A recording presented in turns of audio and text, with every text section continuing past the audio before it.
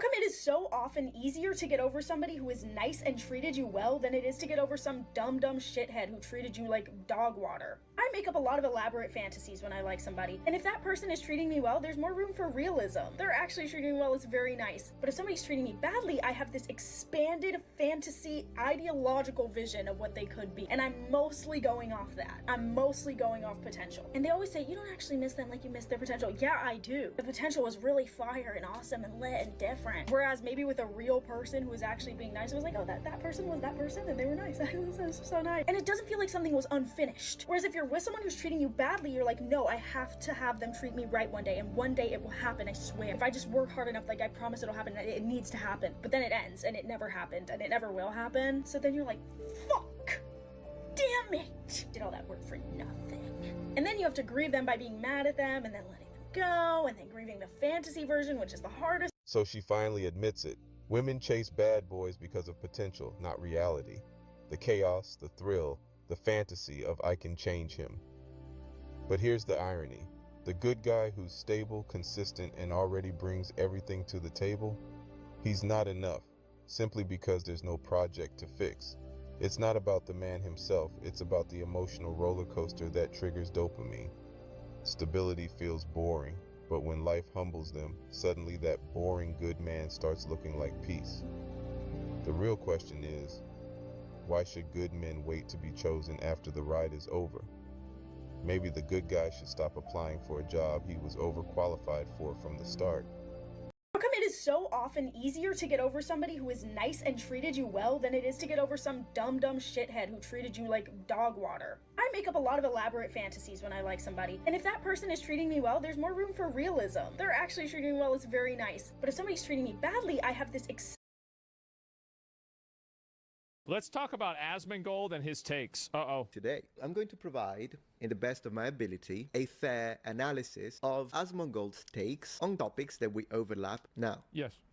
For the 0.0000000000007% of you who have never heard this name, I will try to provide a short, brief, but fair introduction to the man before we begin with the analysis of his takes. And in order to do that, I'm going to disappear for a moment. Why? Well, because it's not about me, is it? All right, Asmongold is a gaming streamer, at least at his original core, who managed to reach impressive notoriety to the point that he's one of the most viewed streamers on Twitch.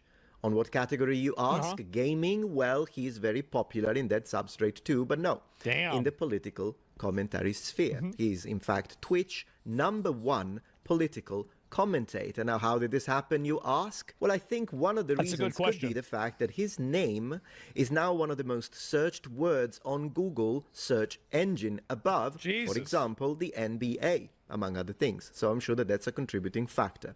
But it's not all there is to it. And also, I'd like to underline while I'm at it, since ASMR seems to be #1, I think I should probably open an ASMR channel. Metatron ASMR with helmets, but I digress. Let's first and foremost frame this in the most coherent way, and then we'll go into the takes. So I'll begin by, rather than talking about who he is, I want to talk about what Asmongold is. And in order to do it, I'm going to give a definition in reverse. So let's retro-engineer it. What Asmongold is not is a political commentator, regardless of any given success in the space. He's a gamer who comments on politics. And I comment on everything.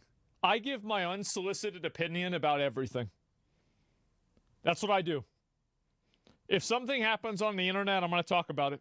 It's that simple.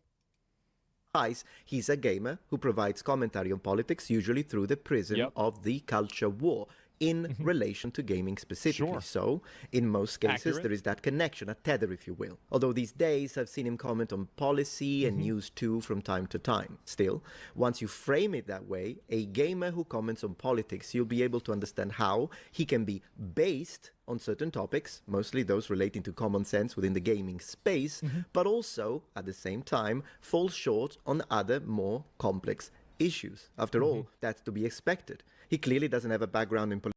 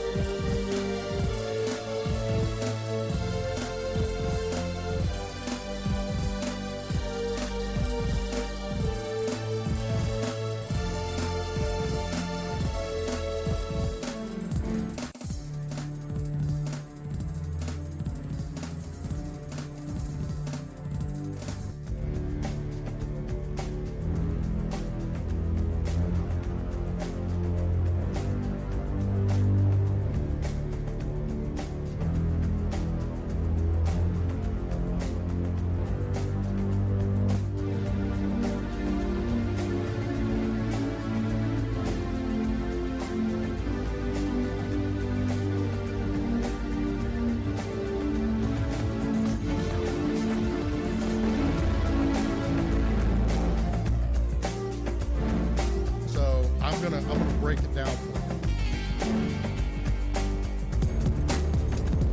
Political science, international economic theory, nor history, so he will lack in those areas when he gives an opinion, and people should keep that in mind. If you're commenting on, say, economic policy, a full grasp, for instance, of the socioeconomic underpinning of any given item in discussion would be required to have a complete picture and therefore come to a reasonable conclusion. Yet, in my experience, whenever we talk about Asmongold, we talk about this, ladies and gentlemen. This is Asmongold.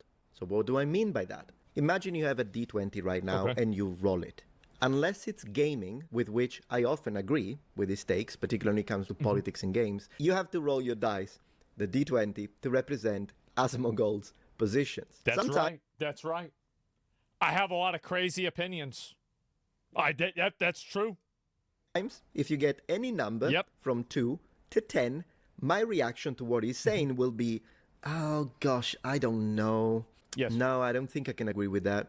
You roll again and you get between 11 and 19. That's I will say, you know what he just said makes perfect sense. Yeah, sure. That's right.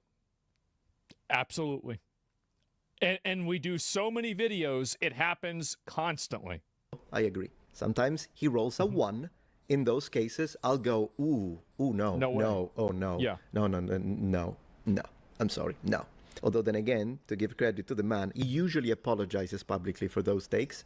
And other times, sometimes you roll a 20. When that happens, I say, Asmongold, based. Somebody has to. So which one we're going to encounter today? Well, I've got a few videos prepared, so then we can see which dice we roll and what number we get. In fact, just for fun, here's what I'm going to do. I'm going to roll. Let's see it. And let's see what we get. Roll the dice. Woohoo!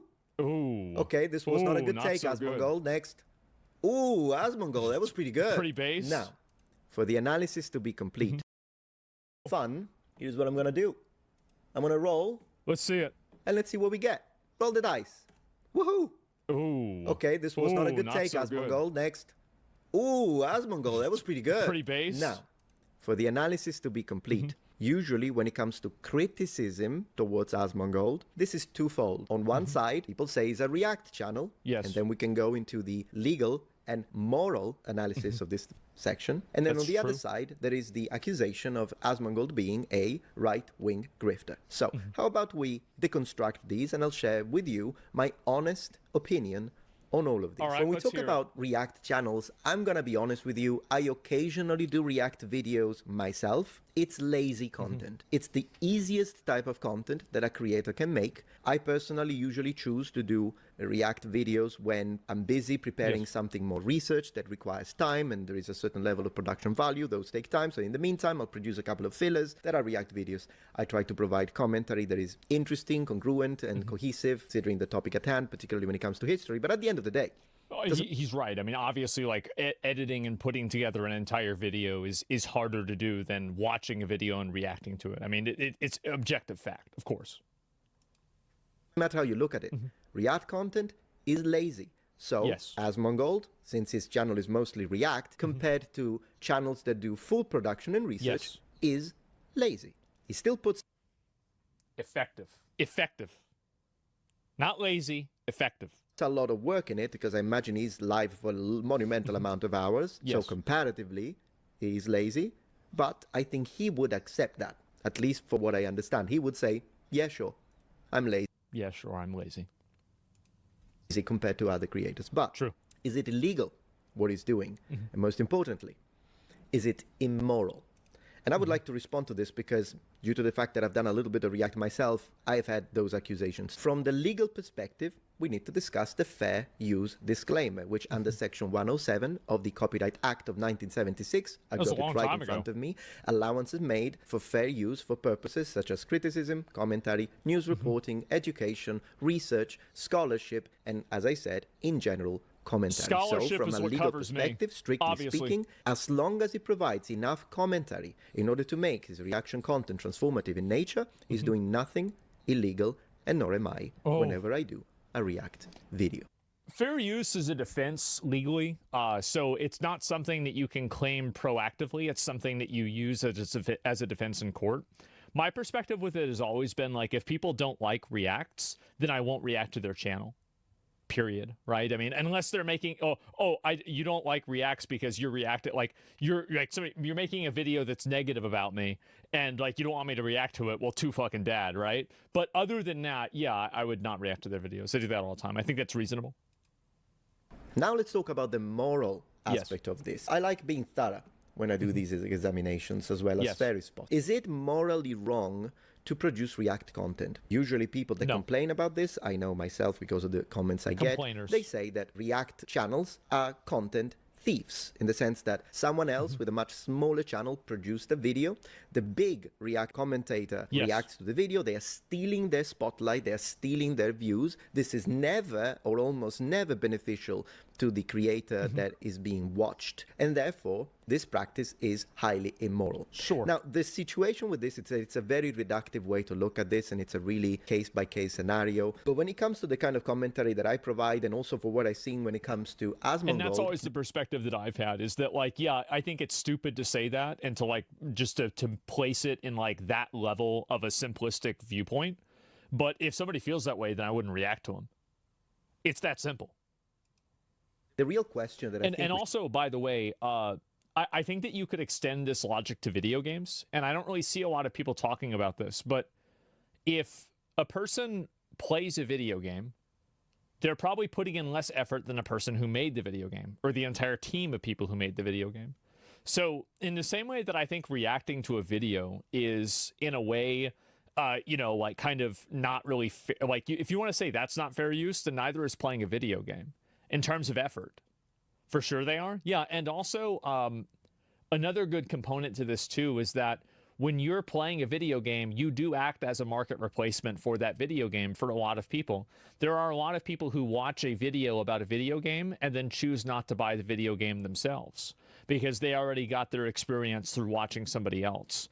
So I think that really until they want to apply that same logic to video games, I don't really take a lot of the criticism about React channels and this type of complaint very seriously, because I think it can be applied a lot more broadly than what they expect. And I think people just don't like React content fundamentally, and they're looking for a reason to talk about it. Publishers can copyright strike you, but they choose not to. Yeah, but they can't copyright strike you for that reason. And you're talking about the morality of it, not the legality of it. But, you know, you're right, technically. That's true.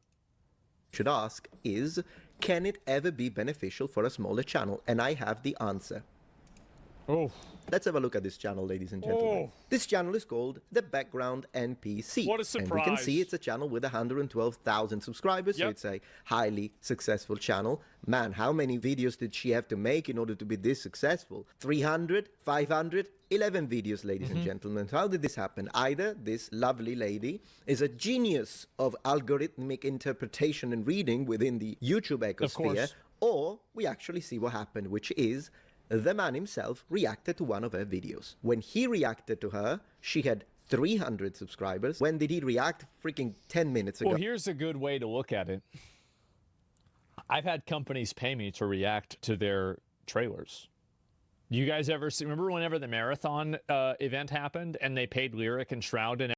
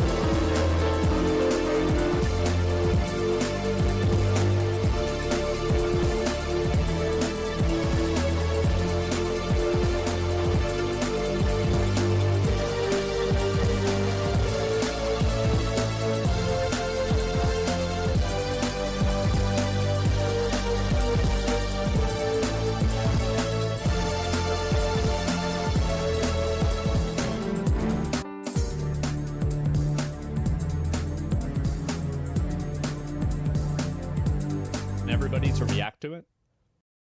These pay me to react to their trailers. You guys ever see, remember whenever the marathon event happened and they paid Lyric and Shroud and everybody to react to it? If reacting doesn't create value, then you wouldn't have companies paying streamers money to react. It obviously creates value. That's why they're paying money. Like, I mean, there it is, right? I mean, because, like, everybody, like, you're talking about, like, theoreticals and, like, all these, like, hypotheticals and everything.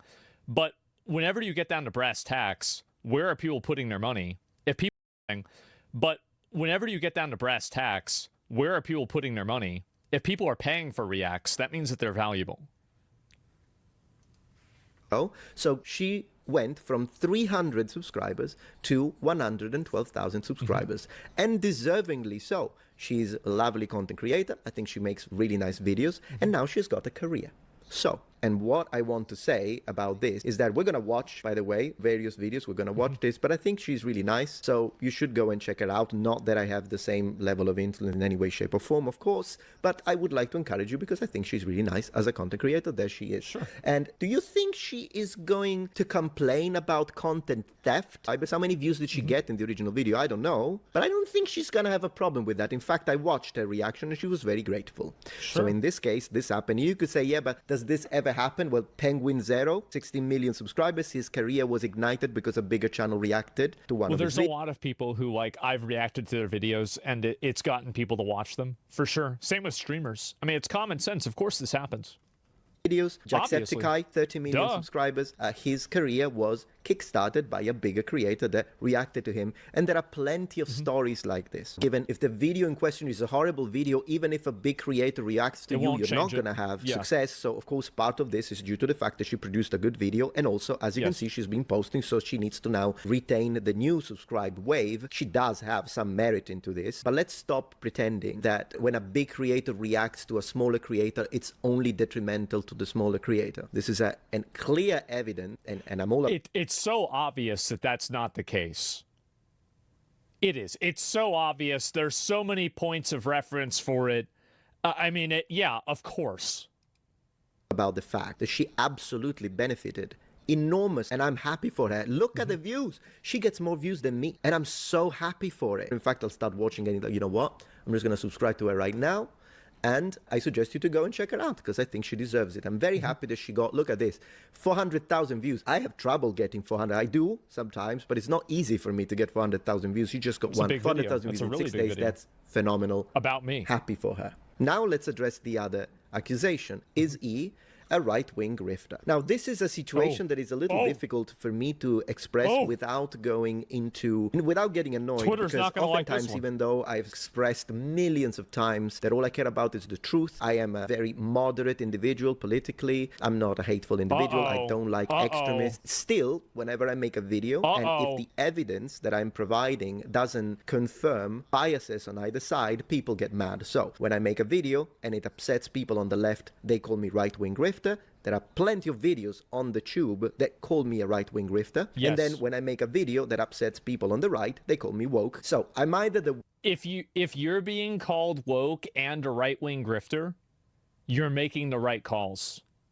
Because both of the groups of people that scream that stuff are usually radicalized, disconnected from reality retards. Wokatron on a Monday and the Meta Chud on a Tuesday, which is logically impossible, or I think people are getting a little easily offended. What they do is that they use the word grifter or that upsets people on the right. They call me woke. So I'm either the... If you're being called woke and a right-wing grifter, you're making the right calls. Because both of the groups of people that scream that stuff are usually radicalized, disconnected from reality retards. Wokatron on a Monday and the Meta Chud on a Tuesday, which is logically impossible, or I think people are getting a little easily offended. What they do is that they use the word grifter to describe, that in fact insult, simply someone who disagrees with them. But what about... Yeah, the idea of grifting is that, well, grifting is being disingenuous and dishonest. I don't know why people say that about me when I've had a 10-year history of being retarded for free. Like, you can call me an asshole, you can say I'm bad, but to say I'm doing it, I'm faking it, I mean, I've been method acting this my whole life. That's a lot. Well, first of all, let's divide it. Is he right-wing? Now, I know that some of you will say, oh, absolutely, he's right-wing. And then there will be people that say, no, he's a lefty. When I read these comments, I know the people that call him right-wing are probably lefties, and people that call him left-wing are probably right-wingers.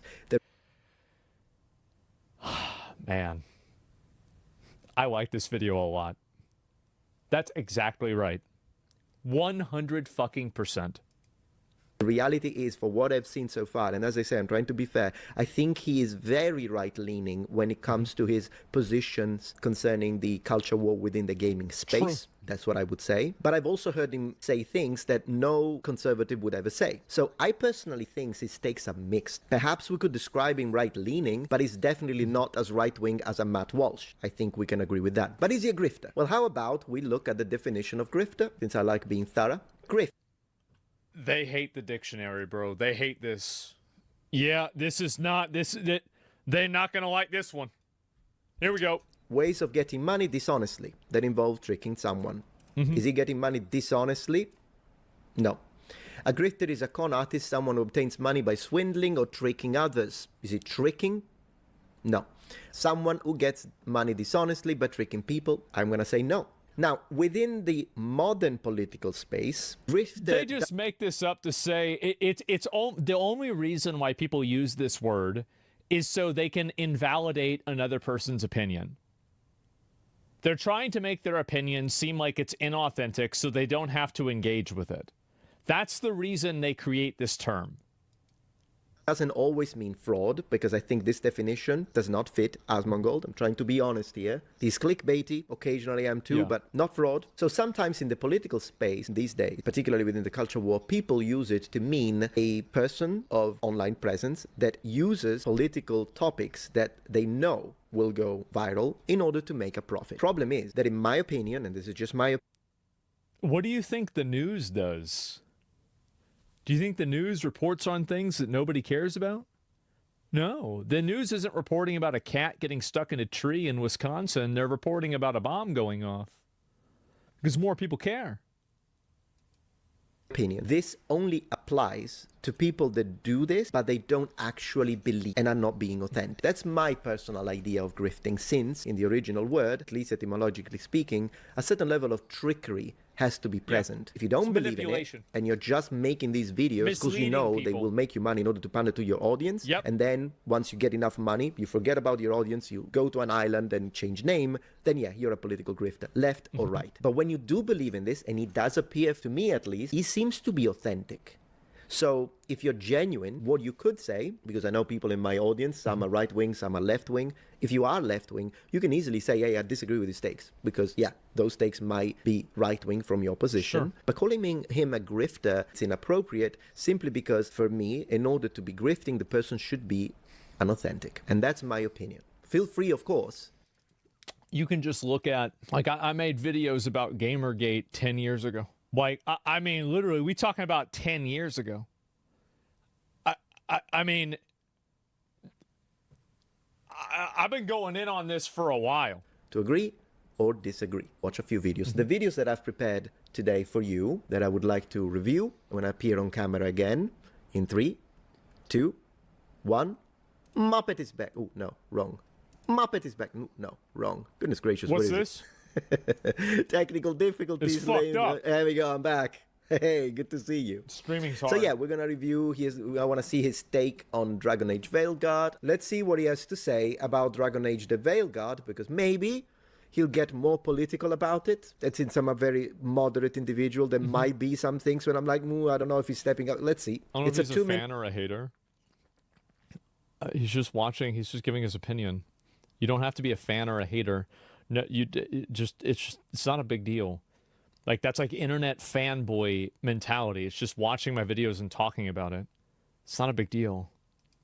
Minutes and 30 seconds clip, so we're going to go through this one quickly, guys. I would be more than happy to do a collab, Chris, absolutely, with Asmongold, 100%. Oh, boy. And a lot of people that have given extremely positive and favorable reviews to a game. Bunch of liars. That has received a tremendous amount of criticism. Yeah, they are. Dragon Age the Veilguard is a triumphant return to form. Without a doubt, a return to form for BioWare. Return to form! Return to form. Form meaning Dragon Age. Form meaning Dragon Age Origins. So he knows about it. So this is it's even getting him mad. If you don't know what Dragon Age Origins is, you will not be able to understand the depth You're getting him of mad. the absurdity of this statement. Return to form. It's insane. Return to form! Return to form! Dragon Age the Veilguard review. 9. Let's go. So Oh, there's a reason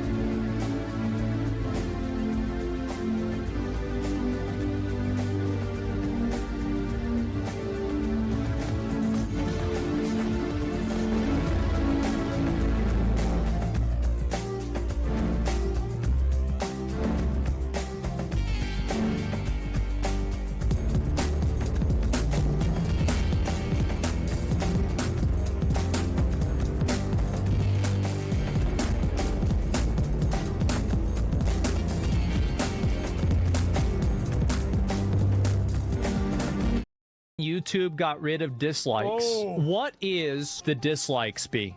40K? Oh. Holy shit. That's bad. To give you perspective, the tool that allows you to still see the number of Yes. dislikes is not 100% accurate. Correct, he's But right. it does give you so don't take it literal, but it does give It's not a good ratio and all of the comments are bad. I think that you can come to the conclusion that the video was not very well received. an overall fair analysis from when it comes to the data. It's a trend. Of the ball range of it's an estimate. Uh-huh.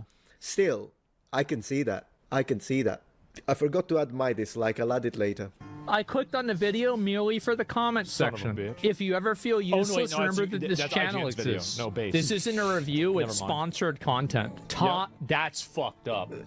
Oh, that's wild. I'd lied better. See, he loves it. You loving clearly it. find talking about dragons boring. What? How? Who doesn't like dragons?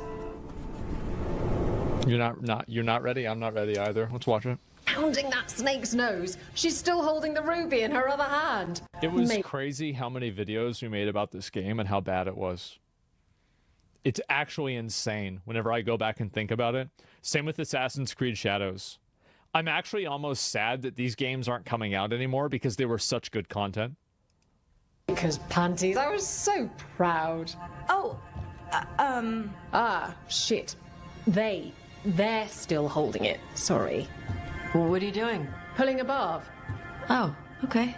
Bad blood among your crew's not good for morale. I remember but there's not this. always time for big, drawn-out apologies. Yep. So when one of us screws up and we know we've screwed up, we do a quick 10 to put it right. Pulling a... I will say that looking at her, she's still hot. Now, like the narrative Yeah. and like her doing push-ups, I love how like I'm not even talking about the dialogue. It's got nothing to fucking do with the dialogue. I'm not even listening. It's just stupid.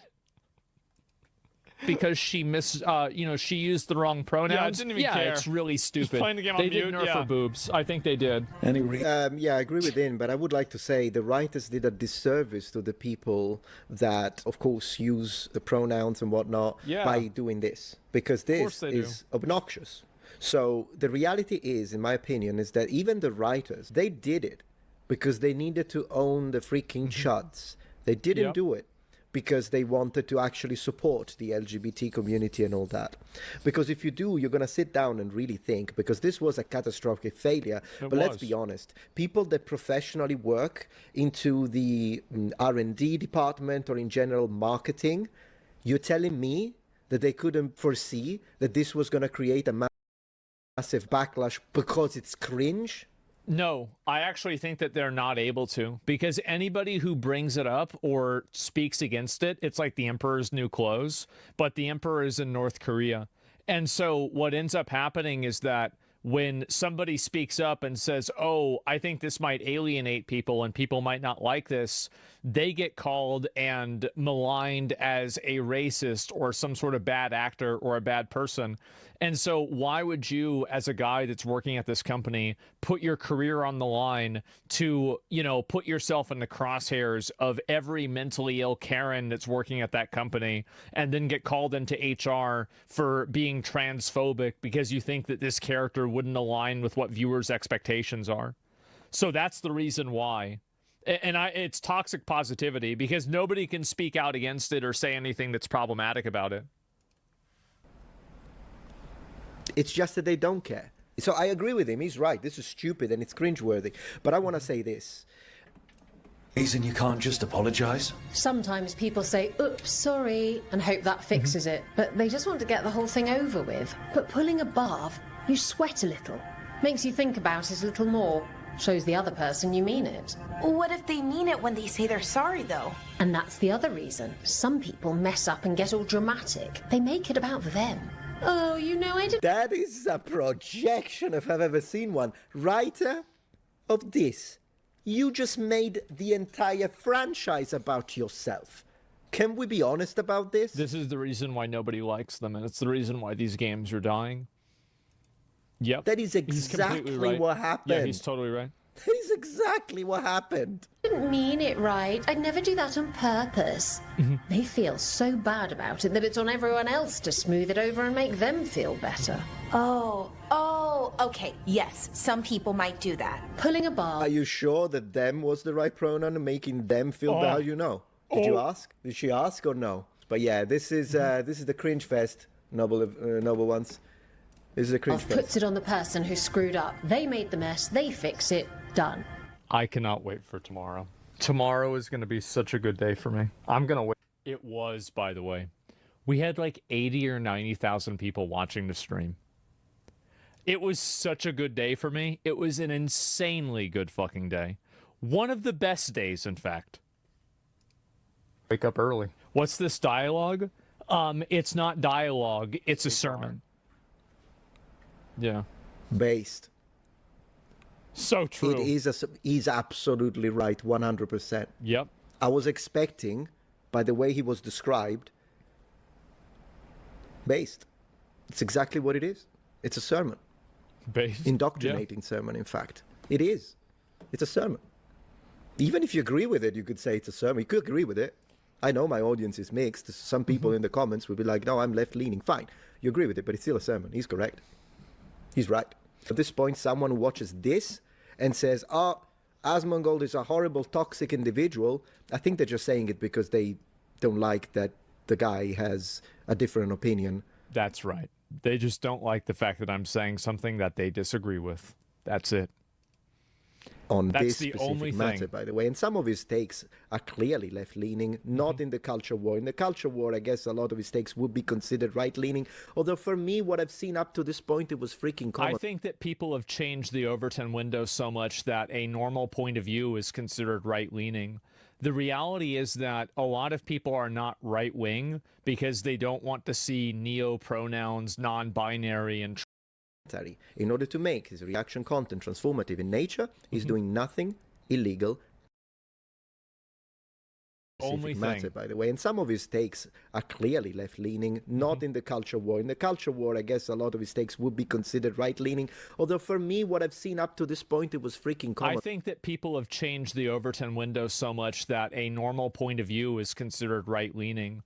The reality is that a lot of people are not right-wing because they don't want to see neo-pronouns, non-binary, and trans stuff in video games. This is actually the majority of most people. So if you're trying to create a dichotomy between like two different extremes of people, and you've created this dichotomy where a average amount of people is fitting into one of those extremes, then you have a bad calibration of where that window is. When most people end up being extreme, then it kind of defeats the idea of something being extreme in the first place. Sense.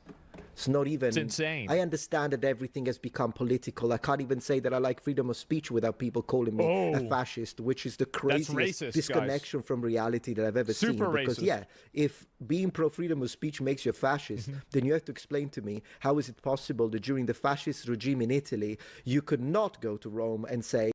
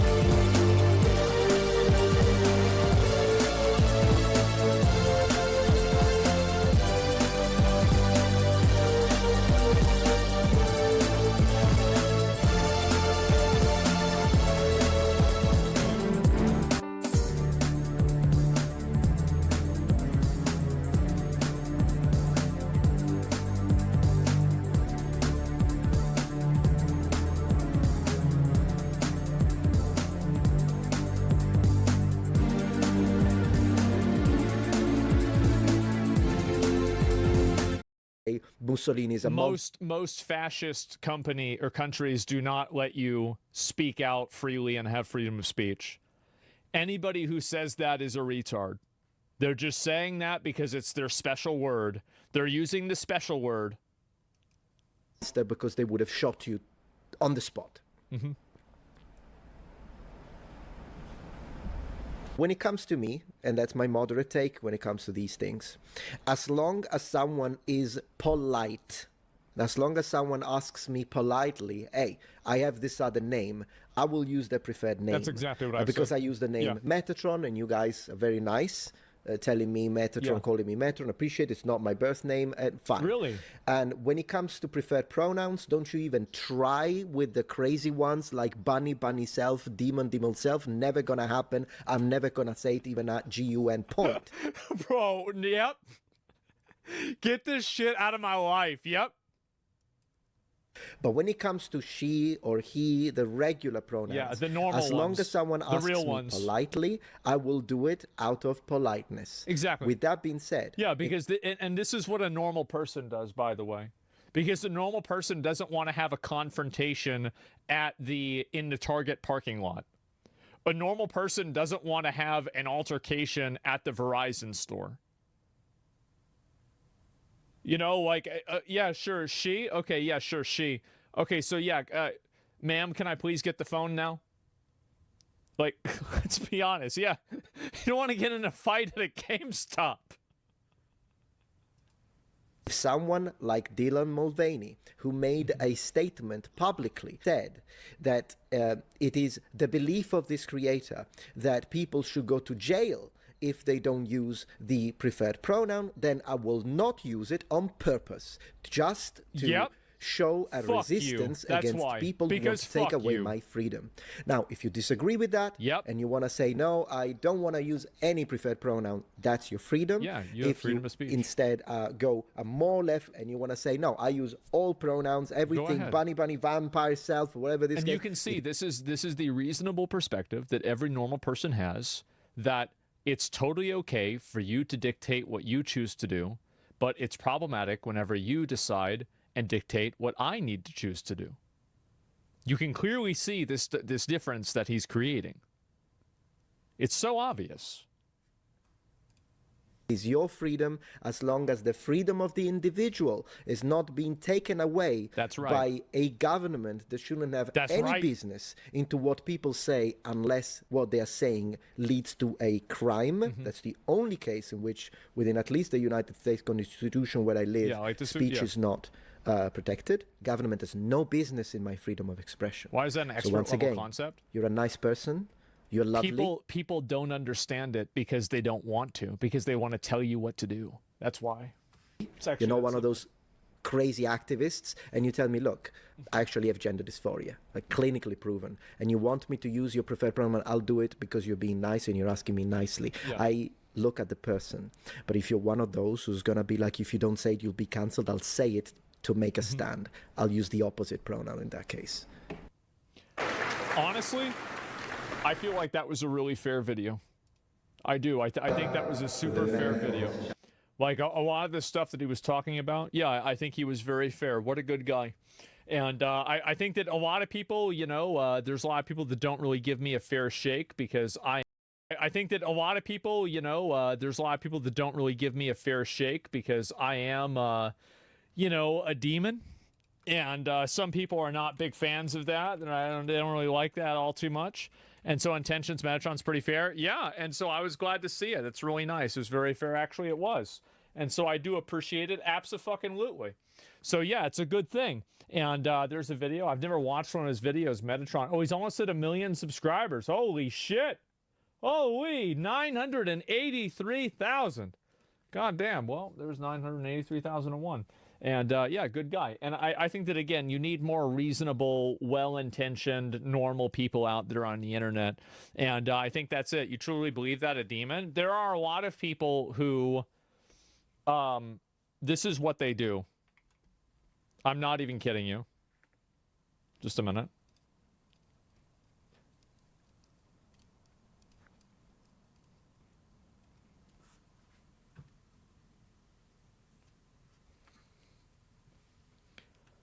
Yep. Oh, in case you didn't get the point, here, let me make it easier to understand. Now do you guys see the problem? Wow. Uh-oh. Yeah, he's summoning. Yeah, I learned how to make those in middle school. I'm really good at making those. Like I could do that without even thinking. And that's a really good star, by the way. Trust me. I listened to enough, like System of a Down and every other like fucking emo metal band and shit like this. As a little kid, like, bro, I can make a perfect fucking pentagram. And so, yeah, there you go. Every other like fucking emo metal band and shit like this. As a little kid, like, bro, I can make a perfect fucking pentagram. And so, yeah, there you go.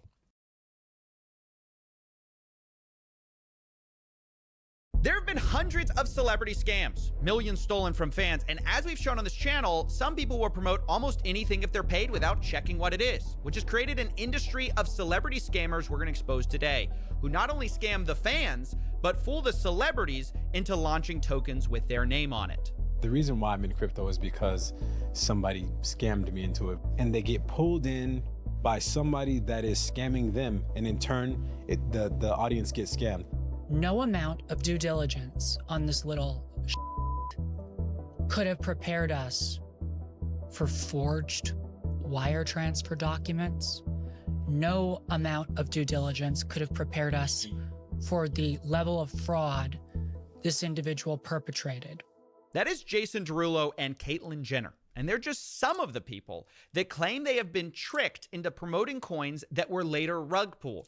Although they all say they were victims of the same person. We got zero. There's no rug pulling here. It's a little boy from India that pulled the rug, okay? Sorry, little from India. And I refuse to say the name. This is a person named Sahil.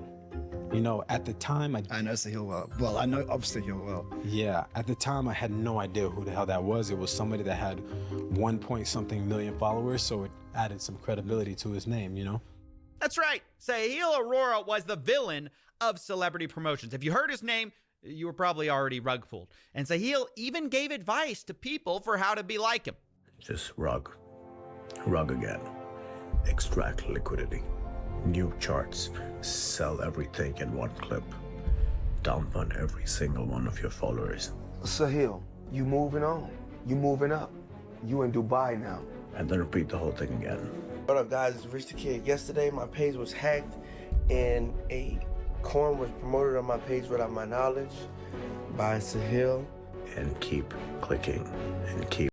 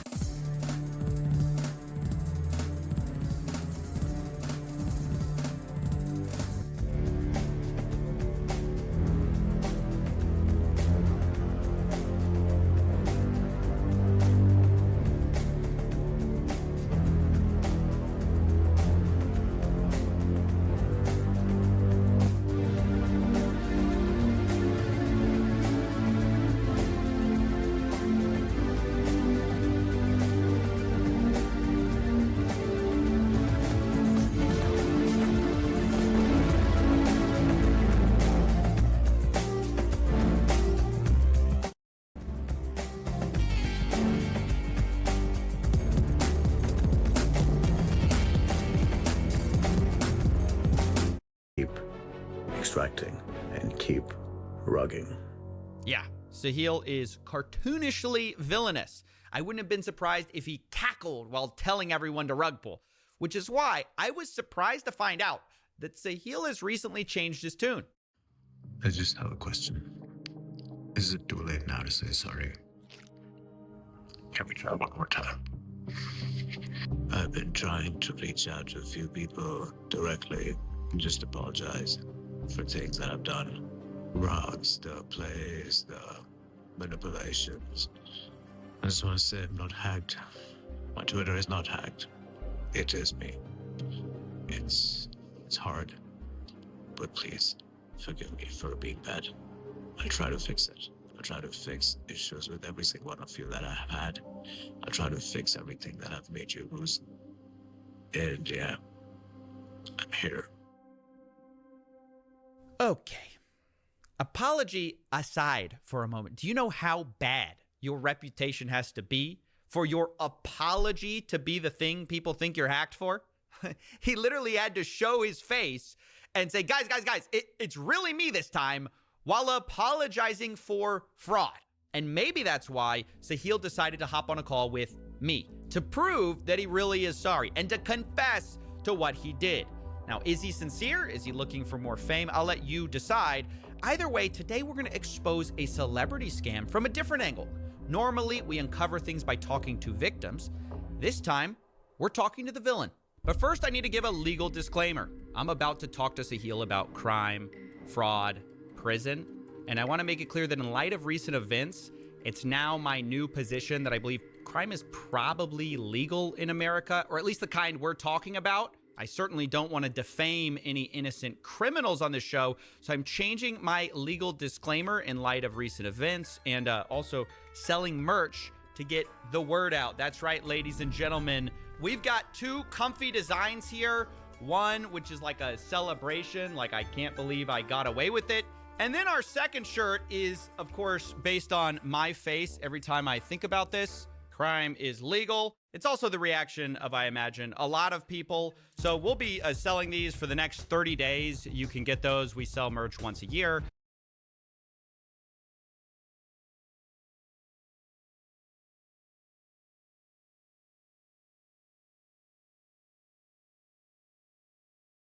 IDF confirms new strikes in Tehran this morning. Look at that. As Israeli crews are searching for survivors Holy in the rubble shit. after deadly Iranian missiles killed 10 people Israel. and injured hundreds others. Alex Hogan is live on the God ground in damn. Tel Aviv Look at with all the that. very latest. Alex, good morning.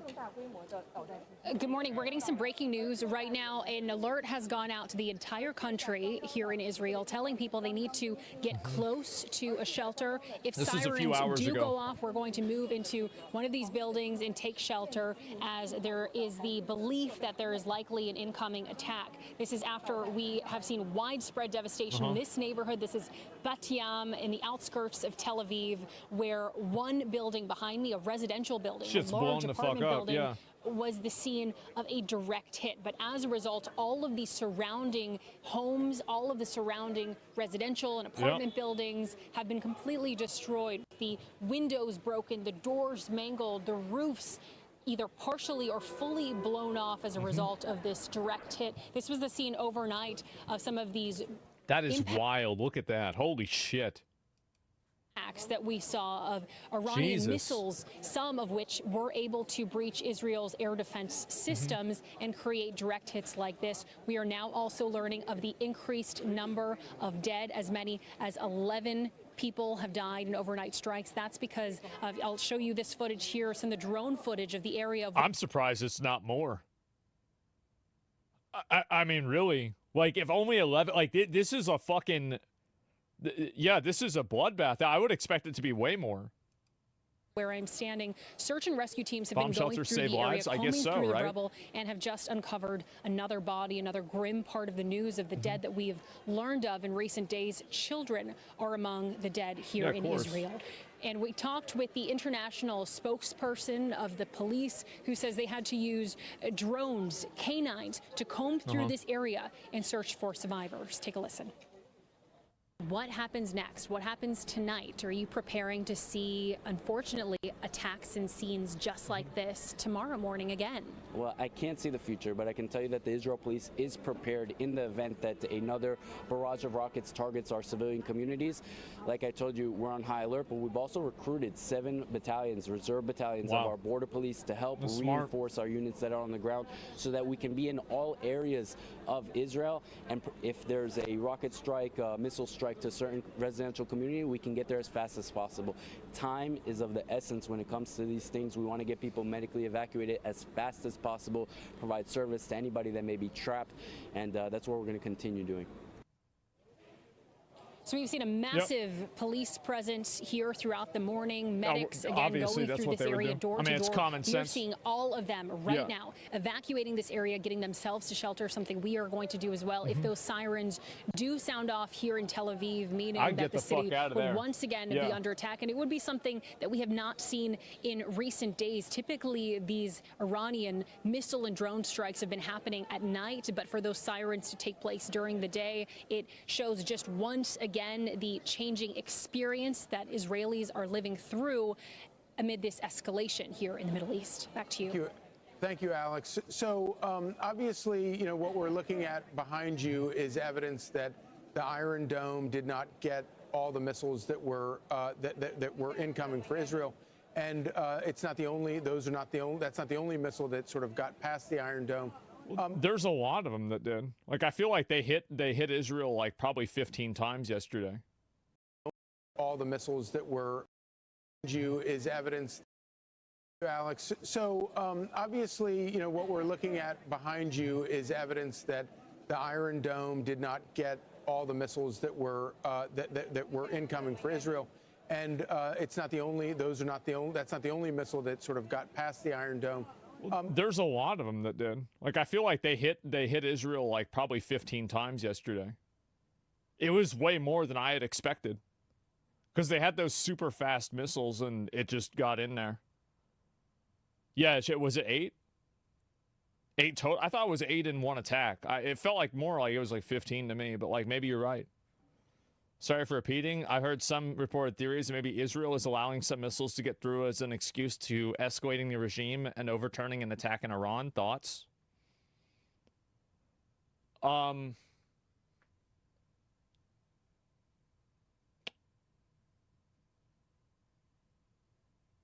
don't think that you should... maybe... I mean, there's historical precedent for that with other things, but I don't know. It's highly unlikely that would be a 200 IQ play.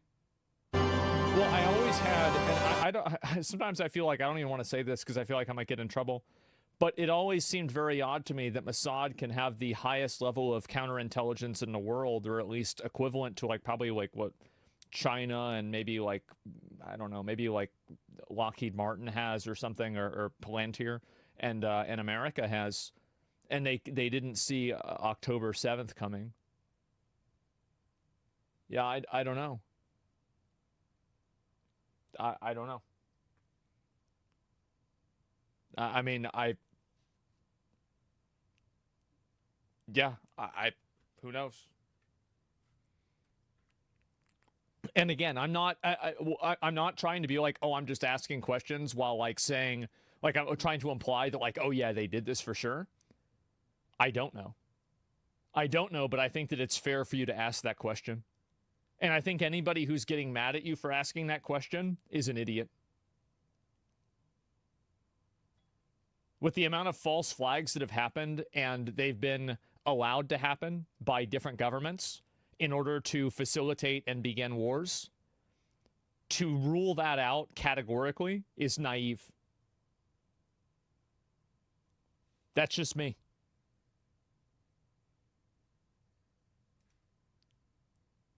You really think Israel is looking in every place in the world at the same time?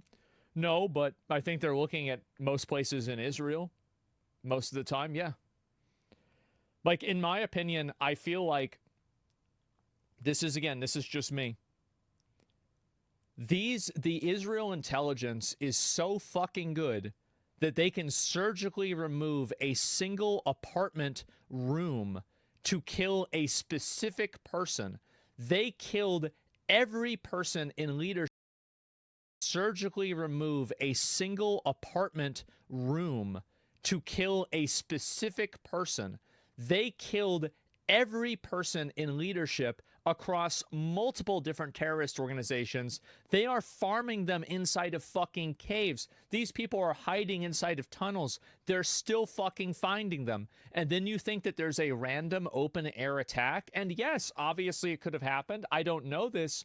But for you not to see the dissonance there, I think that, again, I'm not saying this is what happened. But I find that very odd.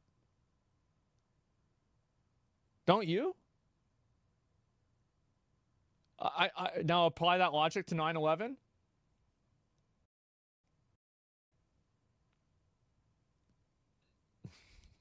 Do you remember what me and Penta and McConnell's guild name was? Do you remember that?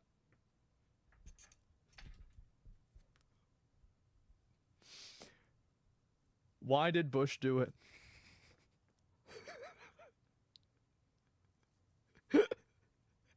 Look, bro, like, the kind of conversation, like, I have conversations, like, I'll say that, like, on stream, I can't give my full opinions on this kind of stuff because I would get in trouble.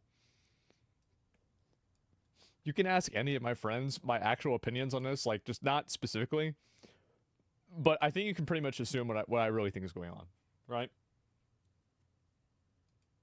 What is the, you know, and obviously you have Israel, you have the United States. Censored, yes. But there are also other countries that are trying to intercept these missiles. They have a long way to go from Iran. It's about 1,000 miles. They're going over Jordan. They're going over Saudi Arabia. Yeah. And we know that those two countries are trying to help shoot down some of these missiles. What other efforts are there? What other countries in the region are working to help shoot down some of these missiles that are incoming? I'll give you guys an example. So at Nick's party, I went to the party and I was like hanging out with everybody. Everything was good. You know, it was fine. And, you know, we were having a good time. And then I got together with like, you know, a couple other guys and we were talking about like, fucking like the Satanic Bible, like Masonic symbolism, string theory, and like vibrations and mind control for like 2 hours. And then we came back upstairs and the party was over. Everybody had basically left. So yeah, just normal stuff, right? That's it. The best conversations, yeah. As a sound like me, yeah. So, and again, that's the tip of the iceberg. So, fun guy, yeah. We had a lot of fun. We had a great time, and that's it. Vandy said that, yeah, she was there. To Israel. Oh, we're getting some sirens right now. We're going to move ourselves to shelter. Yeah. We're going to follow you, but you can stay with us as we continue to move. So to answer your question, the air defense systems here in Israel, it's not made up just of the Iron Dome. We Yeah. also have David's sling as well as the arrow, all of which have different capabilities. Careful here as we move down on these stairs. David's sling is the arrow. Damn. So they go in with a lot of that Bible metaphor shit, huh? So we're going to move with everyone into the shelter, into the closest Do they have shelter anything with Samson? that we can find.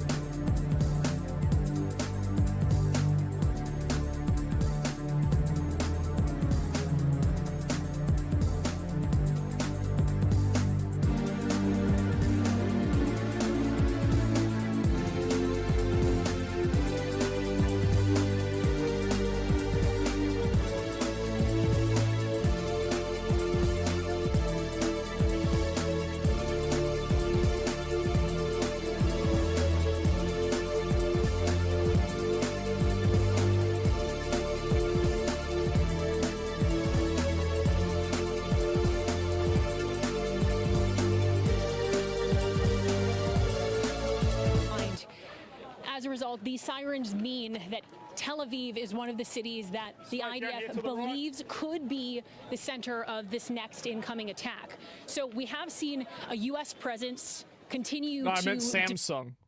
Like for the phones. Yeah, I was talking about with Samsung.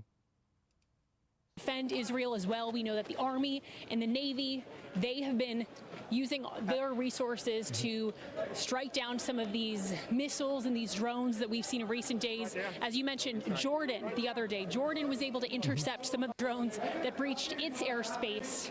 But so far, in terms of the international response, really we're seeing Israel defend its skies as well as the U.S. trying to step in. So right now we're walking into this underground bunker. This appears to be a parking garage, one of the types of areas that would work well because it's insulated with concrete. This is the kind of area, again, similar to a stairwell or a bomb shelter, is the kind of place that people will need to stay until we get the all clear. Alex, I'm not sure if you can still hear us very well. I'm surprised they don't have bombs that can blow that up, honestly. Damn, they can't even blow that up? Just so we understand, that siren going off, does that mean something is imminent? That something has been spotted in the air? I thought they would. I lost you there for a second. I think I have you back. If you could just repeat that question for me. That alarm going off, spotted in the air? Does that mean something is imminent? That something has been spotted in the air? I thought they would. I lost you there for a second. I think I have you back. If you could just repeat that question for me. That alarm going off, does that mean that something is imminently incoming, that there's an active attack? Yes, the initial warning that we got indicated, it went off to the entire country. It indicated that there could be an incoming attack that could interfere with the Israeli air defenses. Sorry, I'm getting some interference in my ear. The first alert that we got notified everyone across the country to get close to a shelter, and if the sirens did go off in their city... Did he just walk over and look at her boobs? Sirens notified everyone across the country to get close to a shelter, and if the sirens did go off in their city... Did he just walk over and look at her boobs? To get close to a shelter, and if the sirens did go off in their city, that would mean that their city potentially could be under attack. So the fact that we just heard those sirens and the fact that we're seeing even soldiers come here to take shelter means that all of Israelis, all of the foreigners, all of the tourists that are in Tel Aviv right now need to be taking shelter. We're also getting a new alert on our phones. All of the cell phones that people might have been going off, so you can take a look at that. Just alerting people. What does it say? Take a shelter. Obviously, this is in Hebrew, but alerting people to get to shelter as quickly as possible. And what we've seen in the past when we've been in this type of situation, we'll wait about 30 minutes to an hour before you get the all clear. So it can take a long time. But in my experience, when we've been here in bunkers like this, the explosions are so loud, it'll shake the walls. That's what we experienced overnight. So we're getting moved a little deeper into this bomb shelter. I might lose you. I'm not sure if it's working at it. Damn. Yeah, I think we lost incredible footage right there. Hi, everyone. I'm Brian Kilmeade. I want you to do me a favor. Holy shit, bro. Like, yeah, that's a lot.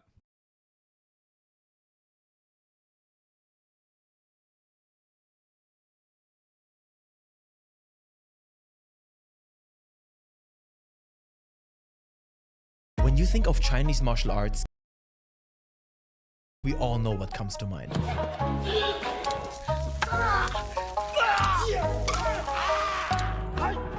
And I shouldn't be laughing. I trained this stuff for years. Not that. Traditional Chinese Kung Fu. And I shouldn't be laughing. I trained this stuff for years. Not that. Traditional Chinese Kung Fu follows strict rules. Every movement is carefully choreographed through centuries of refinement. It seeks to cultivate the body as well as the mind. But when it comes to efficiency and self-defense, an increasing number of people are starting to realize it's not working. Chinese martial arts are fake. You obviously haven't met this man yet.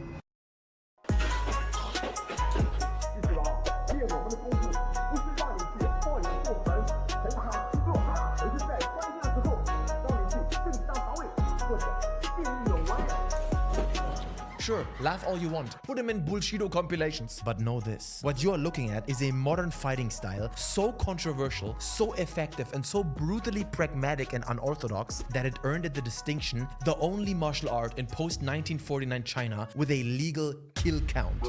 I didn't want to believe it myself. I thought this dude is some joke. But what he has created has led to his students legally taking people's lives. In China, where even attempted murder or robberies can easily get you sentenced to death. Traditional martial artists scoff at him, but law enforcement and military personnel actively seek out his lessons. His name is Chen Hegao. His style, unlimited combat.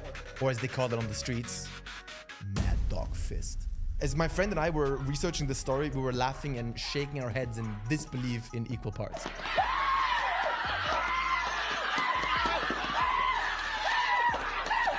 So sit back and enjoy the story of a man that deserves more recognition. The real Karate Kid. December 1962, Hangzhou, China. A skinny child named Chen Hegao is born into a world that shows him little mercy. Small for his age and constantly tormented by school bullies, 8-year-old Chen began teaching himself martial arts from comic books. Can you believe that shit? That is real desperation. By his teens, Chen joined his school's martial arts team, hoping traditional kung fu would protect him from daily beatings. Literally the Karate Kid plot. But unlike Xiao Dre, his faith in the traditional methods was shattered when he witnessed his own martial arts instructor, supposedly a master of mixed Qingyi Quan, being brutally beaten by 3 high school thugs. I know what you're thinking. Why didn't he just use the snake mimic technique? What a loser. Chen then locked himself away, obsessively researching what truly works in real combat. This could have been the origin story of a Chinese Ra's al Ghul, but by age 23 in 1985, he had developed what he called close-range quick strike technique.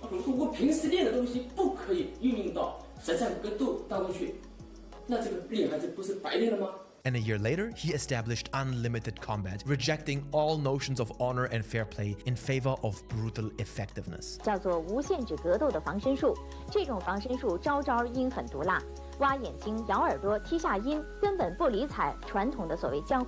His fighting style looks nothing like the martial arts community has ever seen. Nothing that I've ever seen. Instead of elegant stances and flowing movements, Chen would bark loudly, shake uncontrollably,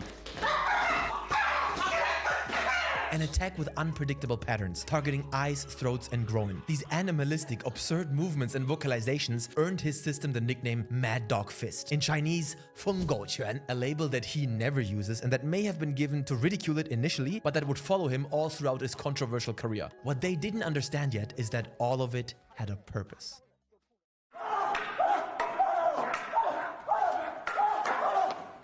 The principle of no principles.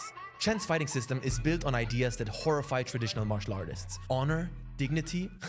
His philosophy is simple. If you can attack from behind, never confront directly. If you can deceive and ambush, never be forthright and honorable. If you can fight as a group, never fight alone. If you have a gun, never use a knife. Always use a weapon before empty hands. If you can kill, don't just injure. If you can cause severe injury, never cause minor injury. Chen taught his students to weaponize everything around them. Scissors became his signature weapon. Small enough to carry anywhere, sharp enough to be lethal, yet not classified as a controlled weapon under Chinese law. But his arsenal extends to rulers, pens, triangular drafting tools, wrenches, and kitchen utensils.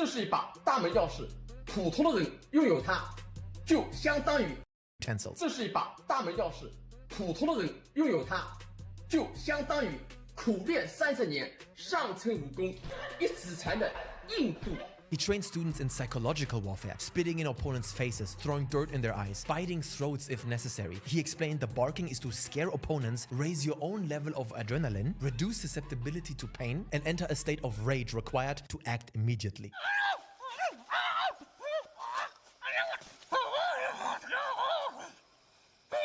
Most people dismiss his methods as disgraceful and primitive thuggery rather than legitimate martial arts. But Chen implemented one absolute rule that would elevate his system beyond mere street fighting. Every student must master Chinese law before learning a single technique. The first textbook is not a martial arts manual. It's the Criminal Code of the People's Republic of China. It's understanding the laws of self-defense. 不要去大家斗殴，一定要在合法的前提下去进行正当防卫或者见义勇为。 And you know what? You can learn his techniques right now as you're watching this video. I'm gonna link his training book in the description. It's completely free. Some of it looks like the scribblings of a madman, which it is. He drew this all himself, by the way. But it works. Just watch. The students who made headlines. While most martial arts schools understandably use tournament trophies to display their merit, Chen's unlimited combat became known for something far more consequential. Documented cases of his students who legally killed attackers in self-defense situations. 2001, Chen's student Feng was attacked at his rural home by 12 armed assailants. 12. Please get that in your head, okay? 12. These are not fantasy stories. It's documented cases. Employing unlimited combat techniques, Feng killed one attacker, seriously injured two, and sent the remaining 9 fleeing in terror. The Yulin City Police Department ruled it as legitimate self-defense. 2002, Chen student Liu was confronted by 7 men with weapons at the Dongguan train station. 7. Using improvised weapons, he killed 1 attacker and severely wounded 3. The Dongguan prosecutor's office determined his actions were justified self-defense. 2005, Shenzhen. 说在这个深圳梅园路237路的车站上啊，说发生了一起命案。这个死者呀是个小偷，这个死者和他的2个同伙偷人的手机呢。而这个时候有一个叫做罗神贵的人，他看见这情况，是一把就喝止了那3个人。When the thieves then returned with weapons, he used what? Mad Dog Fist. Resulting in 1 death and 2 severe injuries. Shenzhen's District Public Security Bureau ruled it as self-defense. This particular case received national television coverage, bringing widespread attention to Chen's controversial fighting system. In an interview, he claimed, "I was terrified. I didn't want to hurt anyone, but remembered my teacher's training. Better them than me."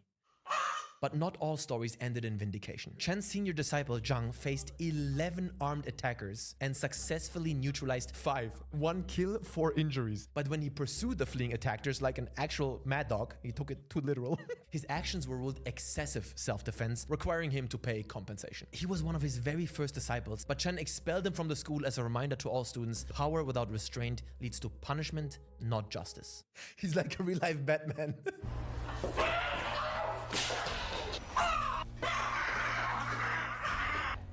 From outcast to instructor. Despite not being taken seriously in traditional martial arts circles, Chen's pragmatic approach gradually attracted attention from organizations that deal with real-world violence daily. In 2004, Chen was appointed as a special instructor for a prison riot control unit in Zhejiang province, teaching guards how to subdue violent inmates quickly and effectively. 我对这个警棍术方面应该说再进行改进一下。我接触过无枪支以后，相对我们无枪支可能要有一段的距离的。By 2002, the Hangzhou Public Security Bureau invited Chen to appear on a television program teaching taxi drivers and traffic police how to counter robbery attempts. His demonstrations were so intense, with nothing held back, that some viewers filed complaint to the broadcaster. 攻击的时候，直接可以攻击歹徒的眼睛。 By 2007, Chen's influence had expanded to the military, teaching specialized fighting techniques to a division of the People's Liberation Army.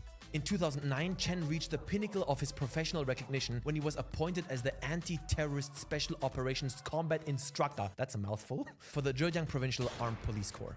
对于普通民众来说呢，从我个人角度啊，我这么多年训练的这个经验啊，我觉得陈老师你的极微时刻反击术是非常高效的，应该是。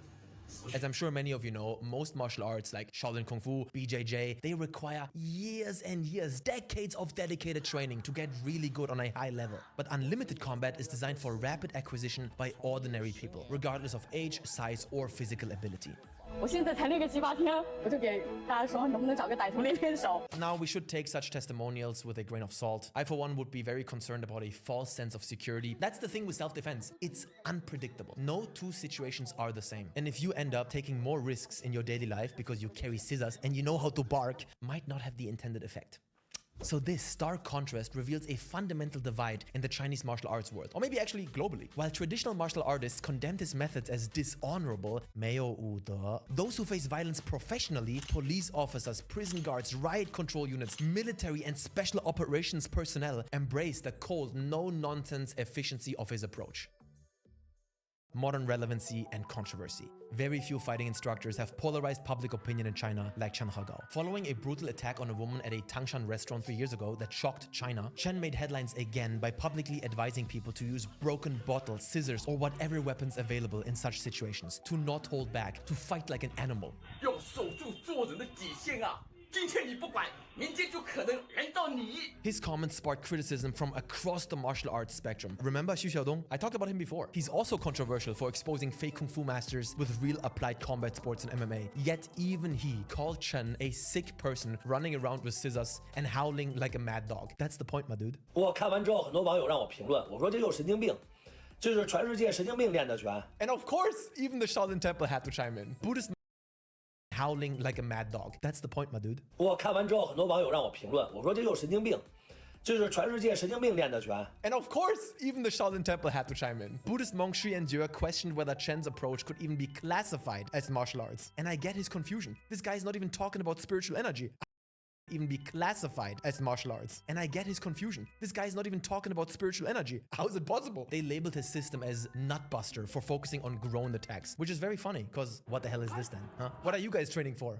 His unconventional weapons and tactics have been dismissed as low class and without dignity. Now, not unlike most other fake martial arts masters around the world, all the kings of Bullshido, even Chen has consistently refused to participate in challenge matches, stating that his system was designed specifically to counter dangerous criminals, not to compete with other fighters. My style is too dangerous for fighting. If I showed you, you'd die. 99% of the time when people say that, it's BS. But if you look through his handbook, his record, his students, the institutions that hire him, he might actually be correct. I'm telling you, this guy is built different. His stuff is different. What is barking like a dog gonna do in an organized match except entertainment? How are you gonna use scissors, throat biting, or whatever this is? He could literally use none of the things he actively teaches. His system is built around the scary, life-threatening event of an attempt on your life and everything that entails in particular. 我练过这些，后来我明白了练这些只能在同一个赛道上进行对抗，而指导歹徒跟我们不是同一个赛道，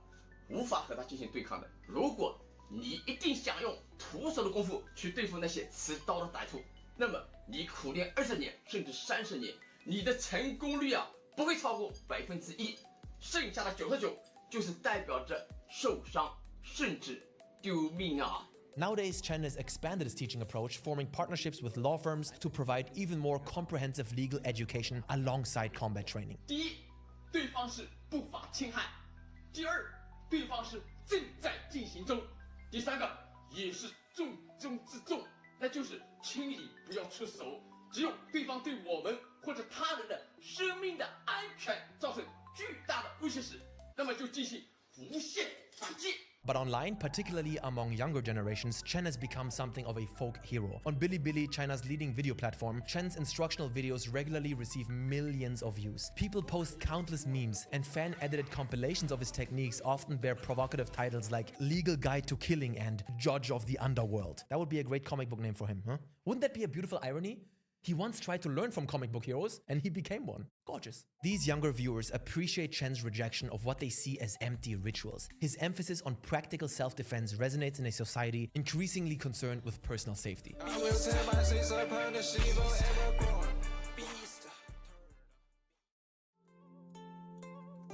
As closing words, let me put it like this. This guy is crazy and unhinged.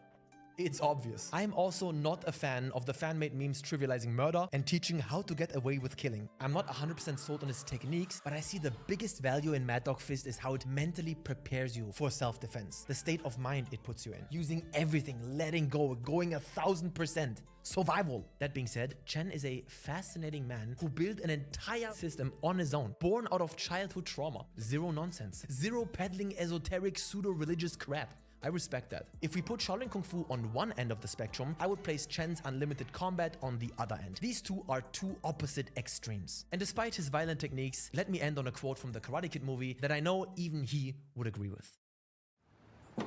Best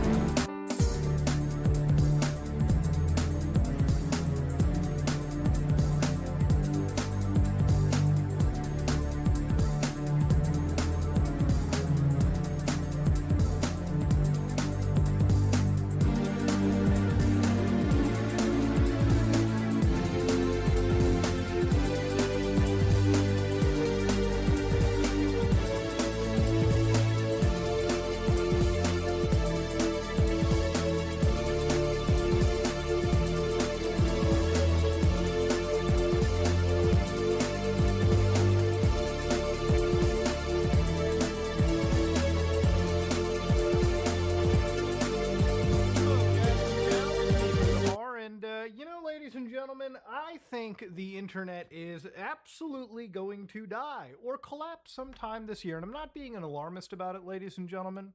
One thing that I was playing lately was Black Ops 2. You know, I thought it was Metal Gear Solid 2 that would actually predict the future, but it's actually Black Ops 2 that was the game that predicted the AI future. The AI and fake imagery and the fake news that people always like to talk about, it's pretty much a reality in this universe, right? And a lot of it comes from literally people using artificial intelligence all the time. Okay? It's AI-generated slop everywhere. And it makes it so that believing anything you see on the internet is completely difficult. Now, of course, Black Ops 2 is a great game, and I thought maybe it would be fine if it was just a game, right? Back when I was younger, you know, 2012 playing this game, I was like, it can't be reality, but it is. So one of the things that I saw, you know, like a couple of years ago was actually this post. It was a Yahoo News article, and it said something pretty alarming. According to this Alexandra Garfinkel, okay, back in 2023, one of the experts that they asked said, I think we might reach 90% of online content generated by AI by 2025. So this technology is exponential. I believe that the majority of digital content is going to start being produced by artificial intelligence.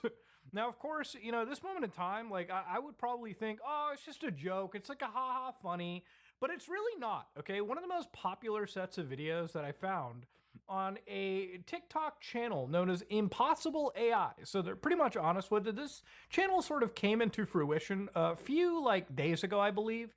Already got 136,000 followers. And if you're looking very carefully, each and every single one of these videos has received millions upon millions of views. And I think it was Charlie had actually mentioned it too, but there was even the most popular videos on YouTube. A lot of them are actually just AI videos that have basically been watched, I guess, by millions, if not hundreds of millions of people. So what do these videos kind of look like? Well, let's watch one in particular.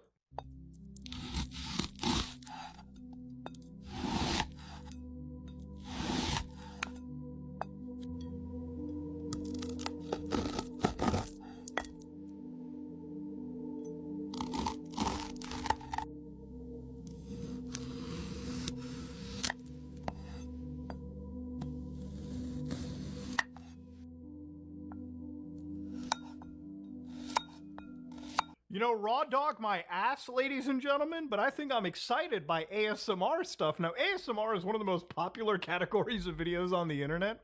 And what you just saw here was ASMR glass fruit cutting, okay? So obviously these are not real fruits. They're not real at all.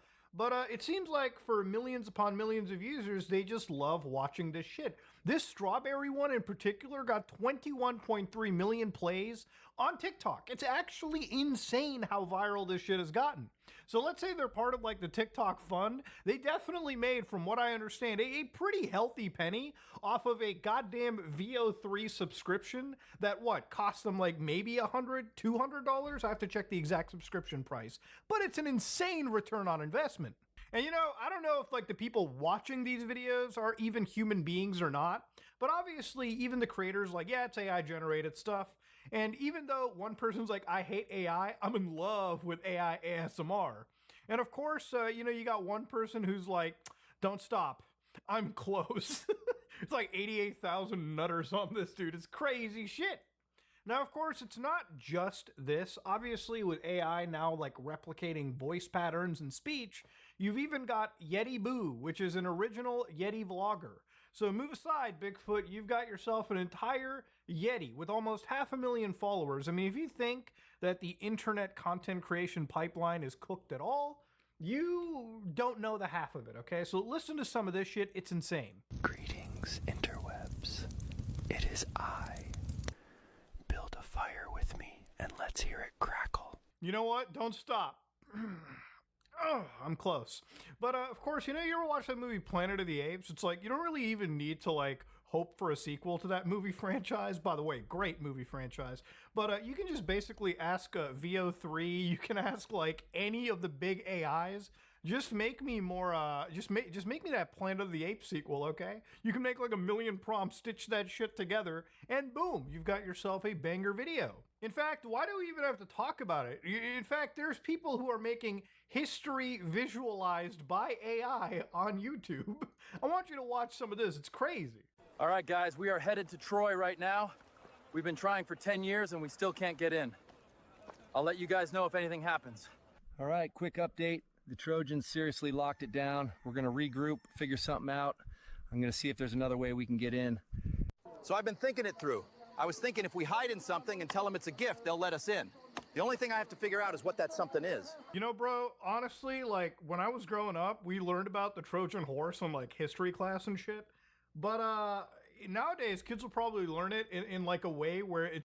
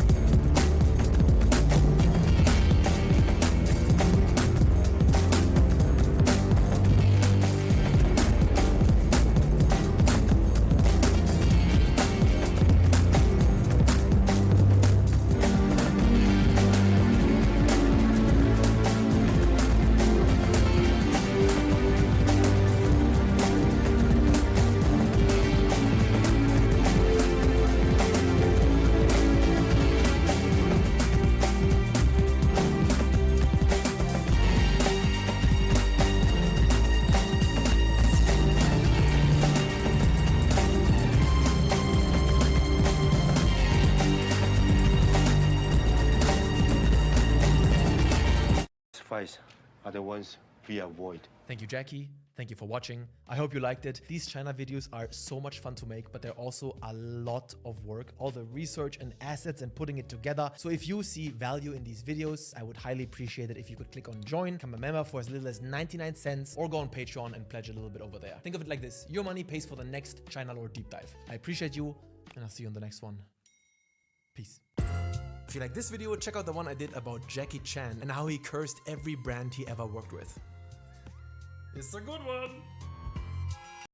I grew up watching a lot of Jackie Chan, and I'm sure many of you did too. He was kind of like a childhood hero of mine. I remember sitting at my grandma's place in Beijing as a kid, 8 years old, and just watching Jackie Chan movies all day. I've seen his stuff from the 80s, the 90s, all the classics, his newest stuff like The Foreigner. Jackie Chan's action scenes to this day are unmatched, even though I know he's a bit more controversial when you dive into his life a little bit deeper. But that isn't what we're gonna talk about today, because I've just come across the Jackie Chan curse. In 1990s China, celebrities in Hong Kong were like gods. It doesn't matter what you put their face on, boom, sales. It's like magic. But our protagonist today, Jackie, had a bit of a weird superpower. Everything he touched died. Yet businesses keep throwing money at him to this very day. This, ladies and gentlemen, is the freaky and bizarre story of Jackie Chan's endorsement curse that has companies both dying to work with him and terrified to see what might happen if they do. Let's set the scene here. 1990s China was going through massive change. The economy was exploding, people suddenly had money to spend, and they were ready to buy, well, pretty much anything. China's economic growth was exponential, and you could see the change with your own eyes year by year. But here's the problem. As the market opens up and companies from abroad come in as well, people don't know who to trust. What brands are reliable and trustworthy? As weird as that sounds to you, Chinese consumers were new to this whole choosing products thing. The solution? Stars from Hong Kong.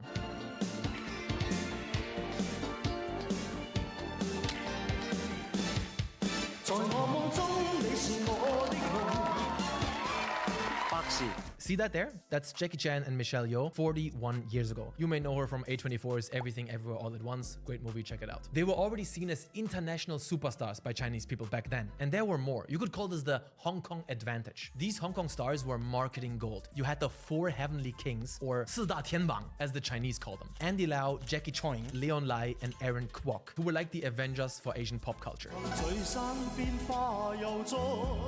They could sing, act, dance, and most importantly, they could sell. No matter where you looked, you saw their faces. Movies, TV shows, music videos, and of course, endless commercials. As Hong Kong prepared to return to the motherland in 1997, it had developed a glamorous entertainment scene. Their celebrities had the perfect combination. They were undeniably Chinese, but with that international, worldly, cosmopolitan vibe from Hong Kong's unique history. This made them perfect ambassadors to introduce new products to mainland consumers. And no Hong Kong superstar dove deeper into this, embraced this new opportunity harder than Jackie Chan.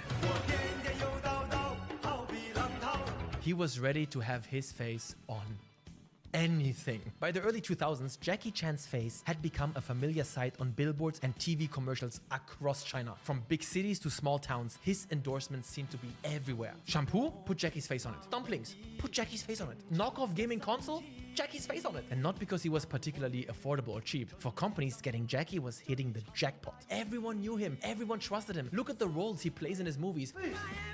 I said I don't want trouble. Always the trustworthy everyman, the good guy. Sorry. There was just one tiny problem. The curse manifests. The products he endorsed kept failing. Spectacularly. Take Bawang shampoo. Jackie's face was all over it, promising strong black hair. I mean, look at his hair. I would kill for that. Then, boom. Reports claim it contains cancer-causing chemicals. The company's stock crashes faster than a villain in a Jackie Chan movie. 我要给观众看到，我用完之后是这样子，你们用完的时候也是这样子。All right, everyone, calm down. This is just bad luck. It happens, right? Well, it happened again and again. And again, an auto repair school he promoted. What could go wrong? 全国10多所专业学校，15年来培养了10多万的优秀学员，不需要基础也能学会。中国现在是汽车大国，迫切需要大量的汽修人才。来北方学的是找工作的技术、赚钱的技术、过好日子的技术，到专业。